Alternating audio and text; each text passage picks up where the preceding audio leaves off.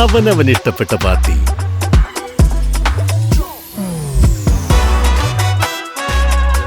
ഹാവൽസ്, ഓരോ ലൈറ്റിലും ഡിലൈറ്റ്. അഗ്നിരക്ഷാസേന ഓഫീസർ അനിൽ മോഹന് മുഖ്യമന്ത്രിയുടെ ഫയർ സർവീസ് മെഡൽ.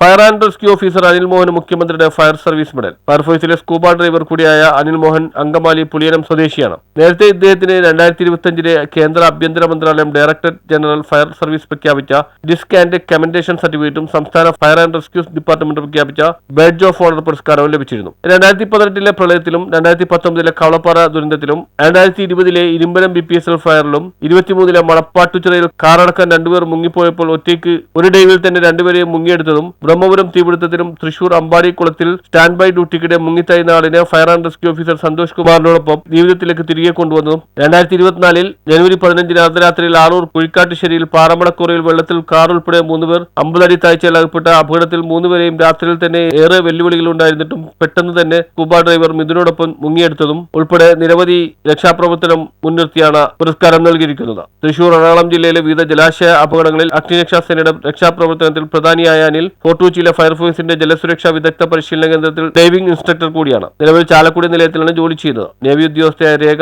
രാമകൃഷ്ണനാണ് ഭാര്യ. അങ്കമാലി വിശ്വജ്യോതി പബ്ലിക് സ്കൂളിലെ 4ാം ക്ലാസ് വിദ്യാർത്ഥികളായ ഭഗത് അനിൽ, മണികർണിക അനിൽ എന്നിവർ മക്കളാണ്. News bureau, Angamaly.